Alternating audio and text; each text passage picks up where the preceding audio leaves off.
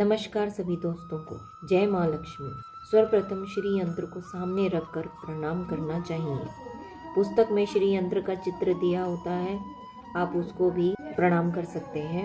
माँ वैभव लक्ष्मी जी के जो चित्र बने हुए हैं उन सभी को प्रणाम करें, जैसे कि जय श्री धन्य लक्ष्मी माँ, जय श्री गज लक्ष्मी माँ, जय श्री अधिलक्ष्मी माँ, जय श्री विजय लक्ष्मी माँ, जय श्री ऐश्वर्य लक्ष्मी माँ, जय श्री वीर लक्ष्मी माँ, जय श्री धन्य लक्ष्मी माँ, जय श्री संतान लक्ष्मी माँ। बाद में श्री लक्ष्मी संतवन का पाठ करना चाहिए और गहनों की पूजा करते समय इस मंत्र को बोलना चाहिए।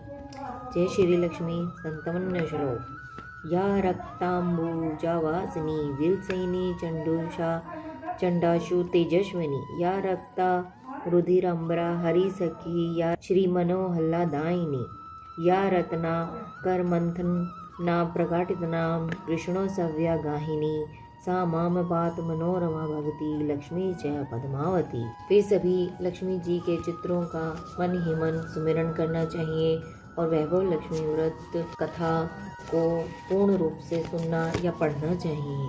वैभव लक्ष्मी व्रत की कथा। एक बड़ा शहर था। इस शहर में लाखों लोग रहते थे। पहले के लोगों एक साथ रहते थे और एक दूसरे के काम आते थे, पर नए जमाने के लोगों का स्वरूप ही अलग सा है। सब अपने अपने काम में रत रहते हैं, किसी को किसी की परवाह नहीं। घर के सभी सदस्यों को भी एक दूसरे की परवाह नहीं होती। भजन कीर्तन भाव भक्ति दया परोपकार जैसे काम संस्कार कम हो गए हैं। शहर में बुराइयां बढ़ गई थी। शराब जुआ रेस चोरी डकैती जैसे बहुत से गुनाह शहर में होते थे। कहावत है कि हजारों निराशाओं में एक आशा की किरण छुपी होती है। इस तरह सारी बुराइयों के बावजूद शहर में कुछ अन्य लोग रहते थे। ऐसे ही अच्छे लोगों में सीता और उसके पति की गृहस्थी मानी जाती थी। सीता धार्मिक प्रवृत्ति की थी और संतोषी थी। उसका पति भी विवेकी और सुशील था। सीता और उनके पति ईमानदारी से जीते थे। वे किसी की बुराई नहीं करते थे और प्रभु भजन में अच्छी तरह समय व्यतीत कर रहे थे।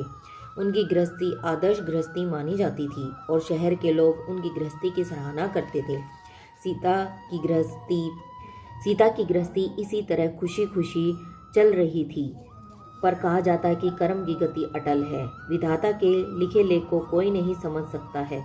इंसान का नसीब पल भर में राजा को रंक बना देता है और रंक को राजा। सीता के पति के पूर्व जन्म के कर्म भोगने के लिए बाकी रह गए होंगे कि वे बुरे लोगों से दोस्ती कर बैठा।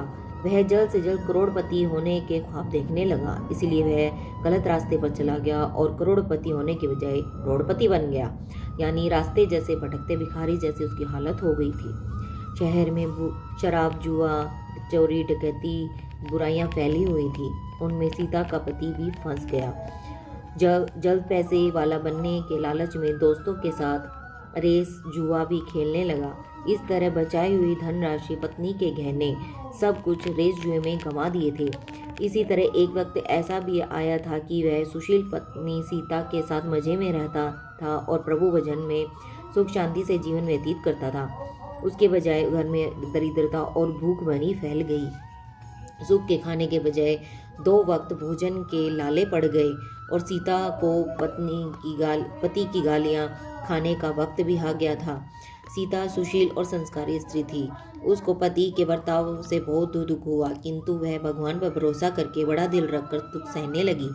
कहा जाता है कि सुख के पीछे दुख और दुख के पीछे सुख आता ही है, इसलिए दुख के पीछे सुख आएगा ही, ऐसी आशा के साथ सीता प्रभु भक्ति में लीन रहने लगी। इस तरह सीता असहाय दुख सहते सहते प्रभु भक्ति में समय बिताने लगी। अचानक एक दिन दोपहर को उनके द्वार पर किसी ने दस्तक दी। सीता सोच में पड़ गई कि मुझ जैसे गरीब के घर कौन आया होगा, फिर भी द्वार पर आए हुए अतिथि का आदर सत्कार करना चाहिए। ऐसे आर्य धर्म के संस्कार वाली सीता ने खड़े होकर द्वार खोला। देखा तो सामने एक माँ जी खड़ी थी। वे बड़ी उम्र की लगती थी, किंतु उनके चेहरे पर अलौकिक तेज दिख रहा था। उनकी आंखों में से मानो अमृत सा बह रहा था। उनका भव्य चेहरा करुणा और प्यार से झलकता था। उनको देखते ही सीता के मन में अपार शांति छा गई। वैसे सीता माँ जी को नहीं पहचानती नहीं थी। फिर भी उनको देखकर सीता के रोम रोम में आनंद सा छा गया। सीता माँ जी को देखकर आदर के साथ अंदर ले आई। घर में बिछाने को कुछ भी नहीं था, अतः सीता ने सकुचा कर एक फटी चादर पर उनको बैठा दिया। माँ जी ने कहा, क्यों सीता, मुझे पहचाना नहीं? सीता ने सकुचा कर कहा, माँ, आपको देखते ही बहुत खुशी अनुभव हो रही है, पर बहुत शांति प्रतीत होती है। ऐसा लगता है कि जैसे बहुत दिनों से जिसे ढूंढ रही थी वो आप ही हैं, पर मैंने आपको पहचाना नहीं। माँ जी ने कहा, क्यों भूल गई? हर शुक्रवार को लक्ष्मी जी के मंदिर में भजन कीर्तन होते थे, तब मैं भी वहाँ आती थी। वहाँ हर शुक्रवार को हम मिलते थे। पति जब से गलत रास्ते पर चला गया था, तब से सीता बहुत दुखी हो गई थी और दुख की मारी वह लक्ष्मी जी के मंदिर में भी नहीं जाती थी। बाहर के लोगों के साथ नज़र मिलाते हुए शर्म सी आती थी। उसने दिमाग पर जोर दिया, पर वह माँ जी समझ नहीं आ रही थी कि वह कौन है। तभी माँ जी ने कहा, तू लक्ष्मी जी के मंदिर में कितने मधुर भजन गाती थी, अभी तो दिखाई भी नहीं देती, इसीलिए मुझे लगा कहीं तो बीमार तो नहीं हो गई है। ऐसा सोचकर मैं तुझसे मिलने चली आई। माँ जी कहती प्रेम भरे प्यार भरे शब्दों से सीता का हृदय पिघल गया। उसकी आंखों में आंसू आ गए। माँ जी के सामने वह बिलक बिलक कर रोने लगी। यह देखकर माँ जी सीता के नज़दीक सर गई और उसकी सशक्ति पीठ पर हाथ फेरा सांत्वना देने लगी। माँ जी ने कहा, बेटी, सुख और दुख तो धूप और छांव जैसे होते हैं। सुख के पीछे दुख आता है और दुख के पीछे सुख भी आता है। धैर्य रखो बेटी। और तुझे किस बात की परेशानी है? तू अपने दुख की बात मुझे सुना, तेरा मन में हल्का हो जाएगा और तेरे दुख का कोई उपाय भी मिल जाएगा। माँ जी की बात सुनकर सीता के मन को शांति मिल गई। उसने माँ जी से कहा, माँ, मेरी गृहस्थी में भरपूर सुख और खुशियाँ थी। मेरे पति भी सुशील थे। भगवान की कृपा से पैसे की बात में भी संतोष था। हम शांति से गृहस्थी चलाते ईश्वर भक्ति में अपना वक्त व्यतीत कर रहे थे। यकायक हमारा भाग्य हमसे रूठ गया। मेरे पति को बुरे लोगों से दोस्ती हो गई। बुरी संगति की वजह से वह बुरी आदतों के शिकार हो गए और उन्होंने अपना सब कुछ गंवा दिया और हम रास्ते के भिखारी जैसे बन गए। यह सुनकर माँ जी ने कहा, सुख के पीछे दुख और दुख के पीछे सुख आता ही रहता है। ऐसा कहा जाता है कि कर्म की गति न्यारी होती है। हर इंसान को अपने कर्म भोगने पड़ते हैं, इसीलिए तू चिंता मत कर। अब तू कर्म भुगत चुकी है। अब तू कर्म भुगत चुकी है। अब तुम्हारे सुख के दिन अवश्य आएंगे। तू तो माँ लक्ष्मी जी की भक्त है। माँ लक्ष्मी जी तो प्रेम और करुणा की अवतार हैं।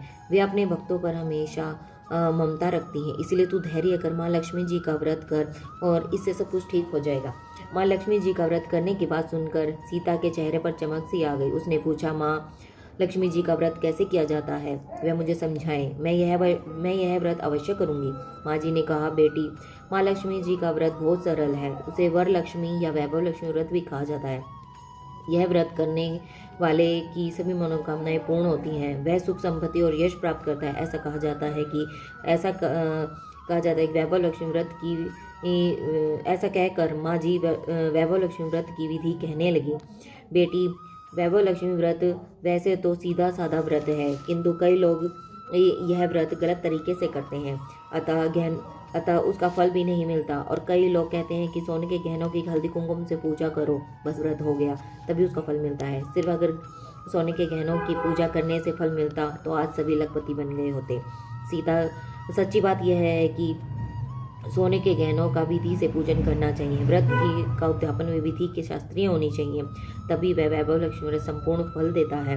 यह व्रत शुक्रवार को करना चाहिए। सुबह में स्नान करके स्वच्छ कपड़े पहनो और सारा दिन मन मन जय माँ लक्ष्मी का नाम स्मरण करते रहो। किसी की चुगली नहीं करनी चाहिए। शाम को पूर्व दिशा में मुंह रहे इस तरह आसन पर बैठ जाओ। सामने पाटा रख के उस पर रुमाल रखो। रुमाल पर चावल का छोटा सा ढेर करो। उस ढेर पर पानी से भरा तांबे का कलश रख कर कलश पर यह कटोरी रखो। उस कटोरी में एक सोने का गहना रखो। सोने का ना हो तो चांदी का भी चलेगा, चांदी का ना हो तो नगद रुपया भी चलेगा। बाद में घी का दीपक सुलगा कर धूप सुलगा कर रखो। माँ लक्ष्मी जी के बहुत स्वरूप हैं और माँ लक्ष्मी जी को श्री यंत्र अति प्रिय है। यह वैभव लक्ष्मी व्रत विधि अनुसार करते वक्त सर्वप्रथम श्री यंत्र और लक्ष्मी जी के विविध रूपों का सच्चे भाव से दर्शन करो। उसके बाद लक्ष्मी संतमन का पाठ करो। बाद में कटोरी में रखे हुए गहने या रुपए को हल्दी कुमकुम और चावल चढ़ाकर पूजा करो और लाल रंग का फूल चढ़ाओ। शाम को कोई मीठी चीज़ बनाकर उसका प्रसाद रखो, न हो सके तो शक्कर या गुड़ भी चल सकता है। फिर आरती करके 11 बार सच्चे हृदय से जय माँ लक्ष्मी बोलो। बाद में 11 या 21 शुक्रवार यह व्रत करने का दृढ़ संकल्प माँ के सामने करो और अपनी मनोकामना को हो वह पूरी करने की माँ लक्ष्मी जी से विनती करो। फिर माँ लक्ष्मी का प्रसाद बांट दो और थोड़ा प्रसाद अपने लिए रखो। अगर आप में शक्ति हो तो सारा दिन उपवास रखो, सिर्फ प्रसाद खाकर शुक्रवार करो। न शक्ति हो तो एक बार शाम को प्रसाद ग्रहण करते वक्त खाना खा लो, और अगर बिल्कुल भी शक्ति न हो तो 2 बार भी खाना खा सकते हो। बाद में कटोरी में रखा गहना या रुपया ले लो। कलश का पानी तुलसी क्यारी में डाल दो और चावल पक्षियों को डाल दो। उसी तरह शास्त्रीय विधि अनुसार व्रत करने से उसका फल अवश्य मिलता है। इस व्रत के प्रभाव से सब प्रकार की विपत्ति दूर होकर आदमी मालामाल हो जाता है। संतान न हो उसे संतान की प्राप्ति होती है। सौभाग्यवती स्त्री का सौभाग्य अखंड रहता है। कुमारी कन्याओं को मन भावन पति मिलता है। सीता यह बात सुनकर आनंदित हो गई। फिर पूछा, माँ, आपने वैभव लक्ष्मी व्रत की जो शास्त्रीय विधि बताई है वैसे मैं अवश्य करूँगी, किंतु उसका उद्यापन किस तरह करना है, कृपा करके आप मुझे यह भी बतलाएं। माँ जी ने कहा, 11 या 21 जो मन्नत मानी हो उतने शुक्रवार यह वैभव लक्ष्मी व्रत पूरी श्रद्धा से और भावना से करना चाहिए। व्रत के आखिरी शुक्रवार को जो शास्त्रीय विधि अनुसार उद्यापन विधि करनी चाहिए वह मैं तुम्हें बतलाती हूँ। आखिरी शुक्रवार को खीर या नैवेद्य रखो। पूजन विधि जैसे हर शुक्रवार को करते हैं वैसे ही करनी चाहिए। पूजन विधि के बाद श्रीफल फोड़ो और कम से कम 7 कुमारी या सौभाग्यवती स्त्रियों को कुमकुम लगाकर वैभव लक्ष्मी व्रत की एक पुस्तक उपहार में दो और उस बाद में खीर का प्रसाद देना चाहिए। फिर धन लक्ष्मी स्वरूप, वैभव लक्ष्मी स्वरूप या लक्ष्मी जी की छवि को प्रणाम करो। माँ लक्ष्मी जी का यह स्वरूप वैभव देने वाला है। प्रणाम करके मन ही मन भावुकता से माँ की प्रार्थना करते वक्त कहें कि हे माँ धन लक्ष्मी, हे वैभव लक्ष्मी माँ, मैंने सच्चे हृदय से आपका वैभव लक्ष्मी व्रत पूर्ण किया। हे माँ, आप हमारी मनोकामनाएं पूर्ण करो, हम सब का कल्याण करो। जिसे संतान न उसे संतान दो। सौभाग्यवती स्त्रियों का सौभाग्य अखंड रखना। कुंवारी कन्याओं को मन भावन पति देना। आपका यह चमत्कारिक वैभव लक्ष्मी व्रत जो करे उसकी हर विपत्ति को दूर करना, सबको सुखी करना। हे माँ, आपकी महिमा अपरंपार है। इस तरह माँ की प्रार्थना करके माँ लक्ष्मी जी के धन लक्ष्मी स्वरूप का भाव से वंदन करो। माँ जी के मुख से वैभव लक्ष्मी व्रत की शास्त्रीय विधि सुनकर सीता भाव विभोर हो गई। उसे लगा कि अब सुख का रास्ता मिल गया है। उसने आंखें बंद करके मन ही मन उसी क्षण संकल्प लिया कि हे वैभव लक्ष्मी माँ, मैं भी माँ जी के कहे मुताबिक श्रद्धा अनुसार शास्त्रीय विधि अनुसार वैभव लक्ष्मी व्रत 21 शुक्रवार तक करूँगी और व्रत का शास्त्रीय विधि अनुसार उद्यापन भी करूँगी। सीता ने संकल्प करके आंखें खोली तो सामने कोई नहीं था। वह विस्मित हो गई कि माँ जी कहाँ गई। वह माँ जी कोई दूसरा नहीं था, साक्षात लक्ष्मी माता जी थी। सीता लक्ष्मी जी की भक्त थी, इसीलिए अपने भक्त को रास्ता दिखाने के लिए माँ लक्ष्मी देवी माँ जी का स्वरूप धारण करके सीता के पास आई थी। दूसरे दिन शुक्रवार था। सवेरे स्नान करके स्वच्छ कपड़े पहनकर सीता मन ही मन श्रद्धा से और पूरे भाव से जय माँ लक्ष्मी का मन ही मन सुमिरन करने लगी। सारा दिन किसी की चुगली नहीं की। शाम हुई तब हाथ पांव मुंह धोकर सीता ने पूर्व दिशा में मुंह करके बैठी। घर में पहले बहुत से सोने के गहने थे, पर पति ने गलत रास्ते पर चलकर सारे गहने गिरवी रख दिए थे।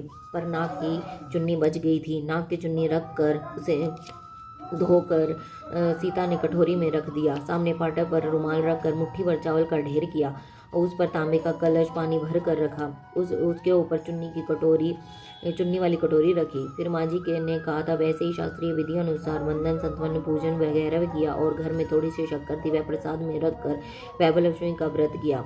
यह प्रसाद पहले पति को खिलाया। प्रसाद खाते ही पति के स्वभाव में भर पड़ गया। उस दिन उसने सीता को मारा नहीं, सताया भी नहीं। सीता को बहुत आनंद हुआ। उनके मन में वैभव लक्ष्मी व्रत के लिए श्रद्धा और बढ़ गई। सीता ने पूर्ण श्रद्धा भक्ति से 21 शुक्रवार तक वैभव लक्ष्मी व्रत किया। 21वें शुक्रवार को माँ जी के कहे मुताबिक उद्यापन विधि करके 7 स्त्रियों को वैभव लक्ष्मी व्रत की 7 पुस्तकें उपहार में दी थी। फिर माता जी के धनलक्ष्मी स्वरूप की छवि को वंदन करके भाव से मन ही मन प्रार्थना करने लगे कि हे माँ धनलक्ष्मी, मैंने आपका वैभव लक्ष्मी व्रत करने की मन्नत मानी थी, वह आज पूर्ण किया है। हे माँ, मेरी हर विपत्ति को दूर करना, हम सबका कल्याण करना, जिसे संतान न उसे संतान देना, सौभाग्यवती स्त्री का सौभाग्य अखंड करना, कुंवारी कन्याओं को उनका मन भावन पति देना। आपका यह चमत्कारिक वैभव लक्ष्मी व्रत जो करे उसकी सब विपत्ति दूर करना, सबको सुखी करना। हे माँ, आपकी महिमा अपरंपार है। ऐसा बोलकर माँ लक्ष्मी जी के धन स्वरूप की छवि को प्रणाम किया। इस तरह शास्त्रीय विधि अनुसार सीता ने श्रद्धा से व्रत को पूर्ण किया और तुरंत ही उसको अच्छा फल मिला। उसका पति गलत रास्ते पर चला गया था, वह भी अच्छा आदमी हो गया और कड़ी मेहनत करके उसने व्यवसाय करने लगा। माँ लक्ष्मी जी के वैभव लक्ष्मी व्रत के प्रभाव से उसको ज़्यादा मुनाफा होने लगा। उसने तुरंत सीता के गिरवी गहने भी छुड़ा लिए। घर में धन की बाढ़ सी आ गई। घर में पहले जैसी सुख शांति छा गई। वैभव लक्ष्मी व्रत का प्रभाव देखकर मोहल्ले की दूसरी स्त्रियां भी शास्त्रीय विधि पूर्वक वैभव लक्ष्मी व्रत करने लगी। हे माँ धनलक्ष्मी, आप जैसे सीता पर प्रसन्न हुई, उसी तरह आपका व्रत करने वाले पर भी सभी पर प्रसन्न होना, सबको सुख शांति देना। जय धनलक्ष्मी माँ, जय वैभव लक्ष्मी माँ।